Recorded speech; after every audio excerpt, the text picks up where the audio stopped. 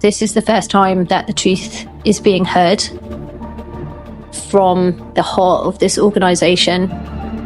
Some people, they are still living in fear for their lives, in fear for the retribution that will come if they do open their mouths.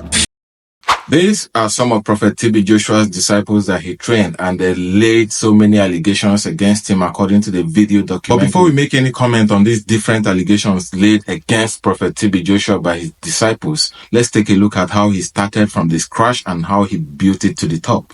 Now, today, he starts Synagogue here. Amen. They are huts built on top of swamp with wooden chairs everywhere, Wow, they actually made it known that Prophet TB Joshua actually started his synagogue church in huts built on swamp from this crash. Wow, let's take a look at how he actually developed it.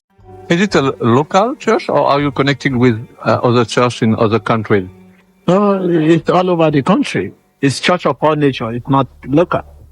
So now we have a clear picture of Prophet TB Joshua's plan for his synagogue church. He actually started it from the swamp, but then he made it known that it's a church of all nations and it's going to be spread throughout the world. So let's take a look at how he actually achieved that. Believe you me, brothers and sisters, Nigeria was the last place on earth that I ever wanted to come to. They fraudsters, they money launderers, they drug Wow, peddlers. so as clearly stated by this foreigner, she made it known that Nigeria was the last place she ever wanted to visit in her life. This is because of the pictures that the Westerners have in mind about Africa. They see Africa, and especially Nigeria, as a land of fraudsters, criminals, and dubious people who are capable of doing terrible things. So because of this, it is very, very difficult to raise something from the ground and build it to the international level based on these pictures that the Westerners have about Africans. But then, how was Prophet TB Joshua actually able to raise his synagogue church from the slump in Africa down to the international levels and everywhere in the world today?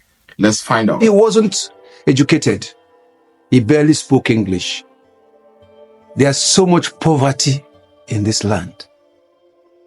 He was selfless. Wow, so this particular disciple actually made it known that Prophet TB Joshua wasn't educated, but there is one good quality he mentioned. He mentioned that he was selfless and humble to the core. That is a good quality to achieve your dream. Anyways, here is Prophet TB Joshua at the age of 32, cleaning the toilets of the church every day for 3 years. So it is clear that he was actually humble to the core, because as you can see from this short video clip, even at the age of 32 years old, Prophet TB Joshua was still cleaning the floors, cleaning the church, and even washing the toilets in the church for his congregations. That's a very good quality. Anyways, Joshua invested more than 90% of what we got in VHS videos. The law he gives to cameramen is record everything.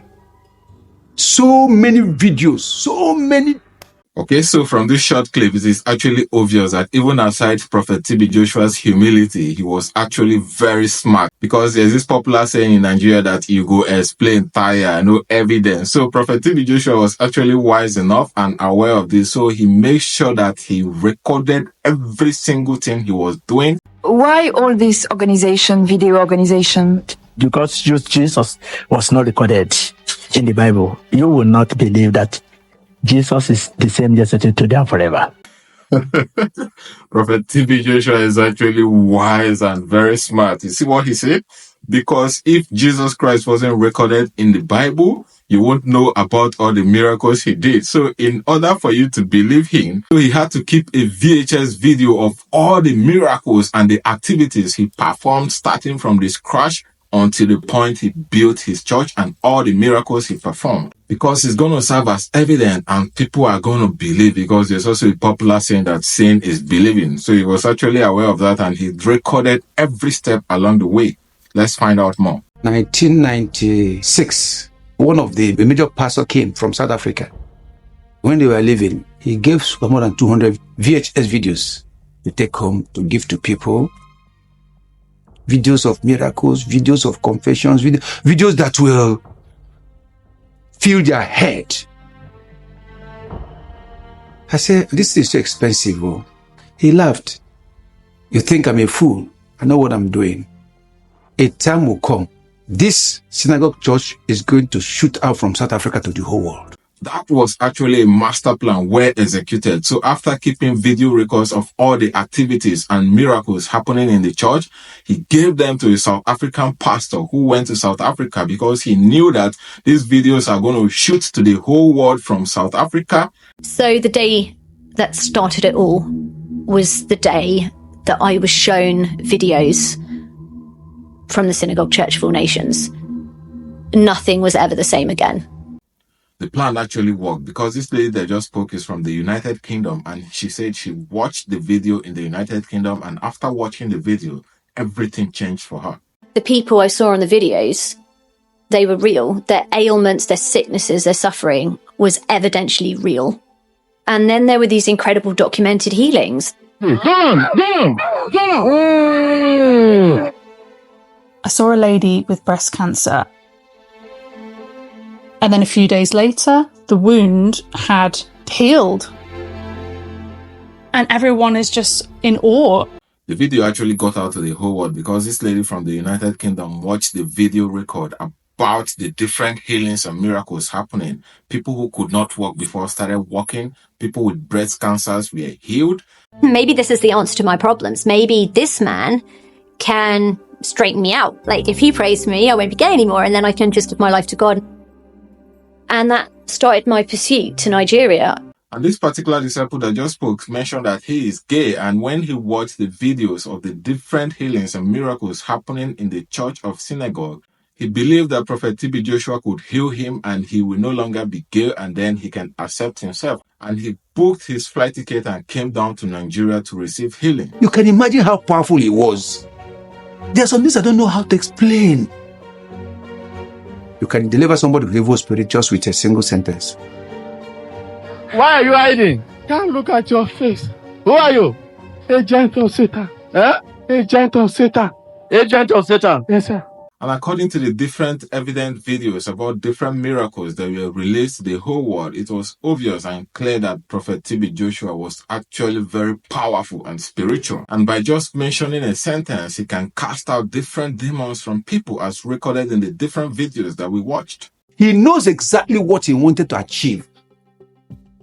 He had special interest in the Oyibo, the whites. And actually, based on the different videos of miracles and healings happening in the church, these videos went viral even to the Western world, and he got the attention of the different Westerners who came down to Nigeria to be healed. Are you surprised that God is using a black man to do all these things? I'm sorry. I'm not surprised that God is using a black man. Never ever have I seen the power of God manifest like it's here. So as you can see clearly, Prophet TB Joshua actually got the attention of the Westerners, because when they came down to Nigeria, they saw the different healings and miracles happening, and they believed. The greatest thing that pumped Synagogue Church was when the foreigners started coming. This was strategic, and it was planned. I just got a confession to make that I want the whole world to know. In the past, I've always hated blacks. I really hated them. When I got back over here, I saw the love that we received from black people. And eventually, Prophet TB Joshua's plans to take his synagogue church to the whole world became a reality, because Westerners and different white people from different countries started coming down to Nigeria to receive the word of God and receive healings too. And he got their love and attention because, as we can see clearly, this particular white man mentioned that before now, he used to hate black people for no reason. But because of the activities and healings and the activities going on, he said he now loves the black people. He used the white people to market his brand.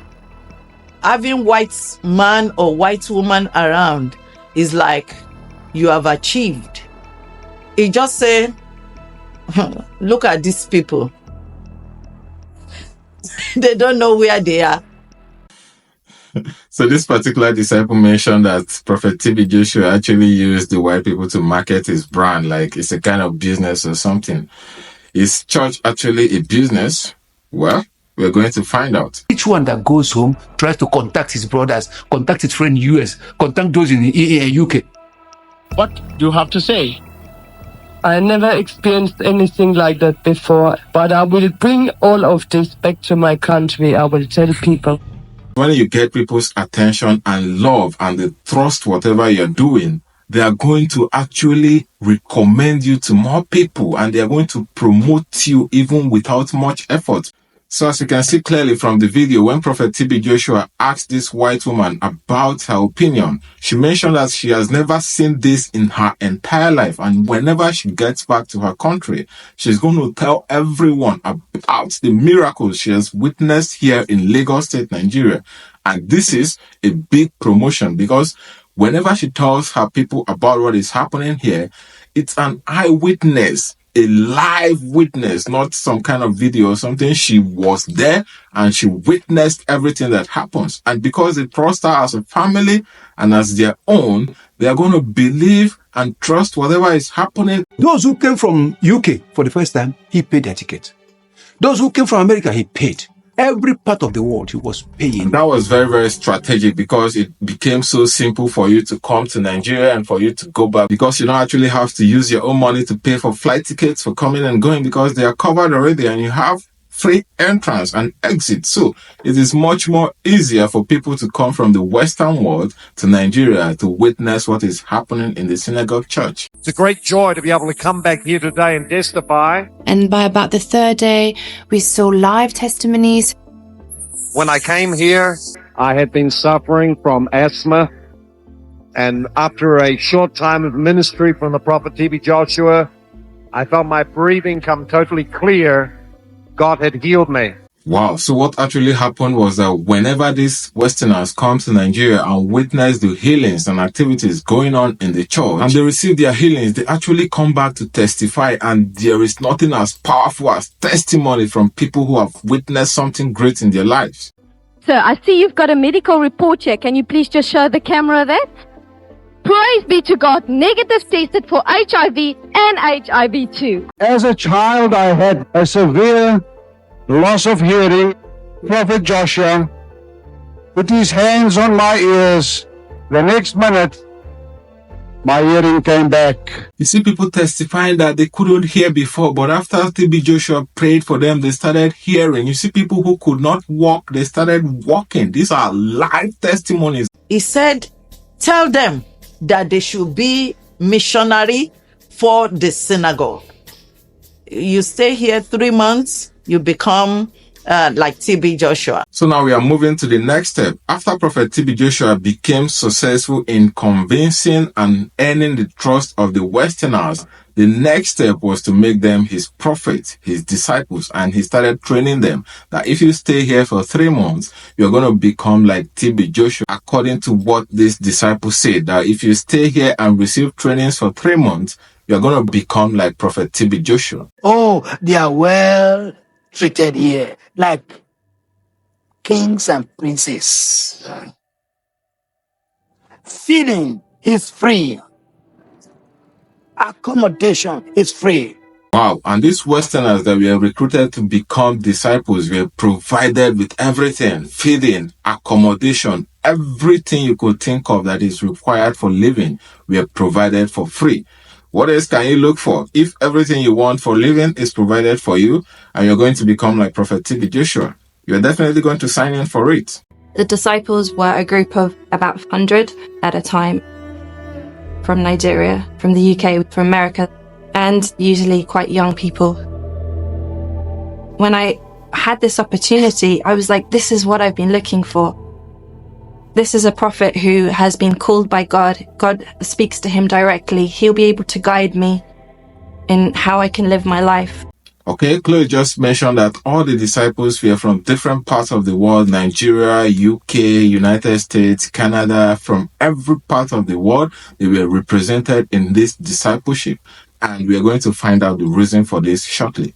I suggest to any mums and dads out there who've got kids like mine, bring them to the Synagogue Church of All Nations and let the Lord move in them. And we can also see parents from the Western nations advising other parents to bring their children here to the Synagogue Church of All Nations to receive trainings and become like Prophet TB Joshua to minister the word of God.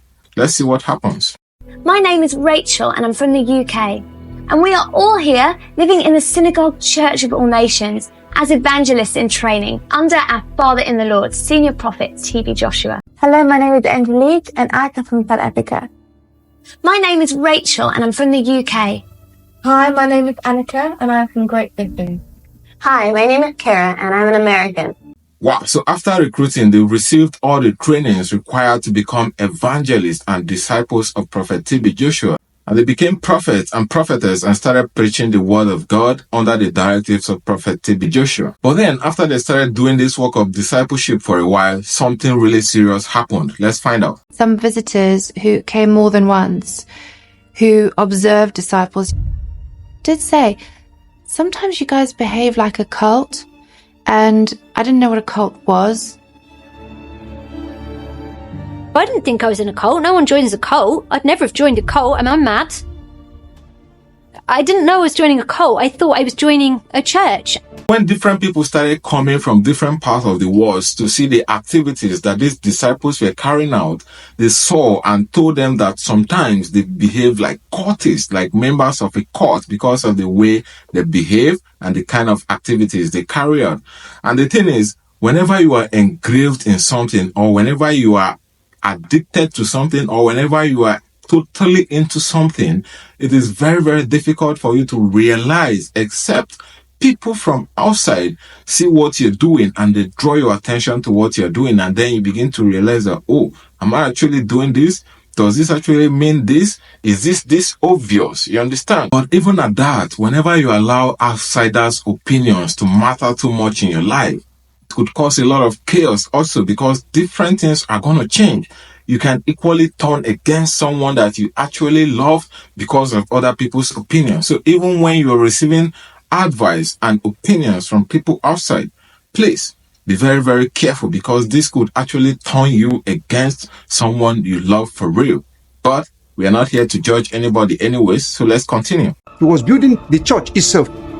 In these constructions were going on fast. It's like his dream. Something that can beat the Gothic temples in Europe. Everybody worked to build this massive structure. TB Joshua was trying to create his own empire. Behind the scenes, you've got a workforce with no pay. We were a machine around him. He wouldn't have been able to do it without all the disciples. But we did the actual work, you know. So as we can see clearly, Prophet TB Joshua actually executed his master plan of taking his church to the highest level as seen in this video. He started his church from huts built on slum using wooden chairs. But as you can see today, the Synagogue Church of All Nations have this multi-million-dollar building that is erected, and it was built by the efforts of every member of the disciples and the church, and from support from the Western nations. So he actually executed his master plan and took his church from the slums and spread it across the whole world. As you can see that the churches are represented globally. But then, according to the documentary video released by BBC Africa, some of the disciples that he trained came out to say that he was using them, he was maltreating them, he was hitting them, and he was actually raping them. But then, I'm not a one-sided man. Whenever I'm looking into a case, I hear from the both parties to actually weigh and measure what actually happened. But in this case,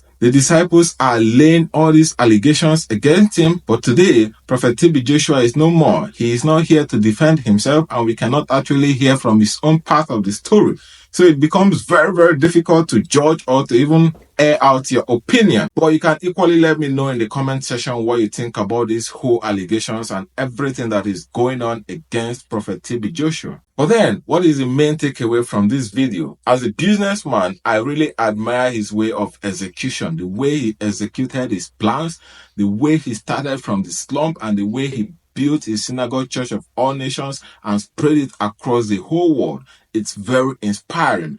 And if I am to use it as a business model, I'm going to make sure that I keep track and record of everything I'm doing about my business from the scratch, because whenever you are going to expand, you are going to be needing all this evidence and everything you did along the process to earn investors' trust, to earn customers' trust and believe in your brand. And they're going to see how you actually started from the beginning. And even in this content creation business that I'm doing, there are some videos of myself that I record while doing some things that I don't think I would really need at that point.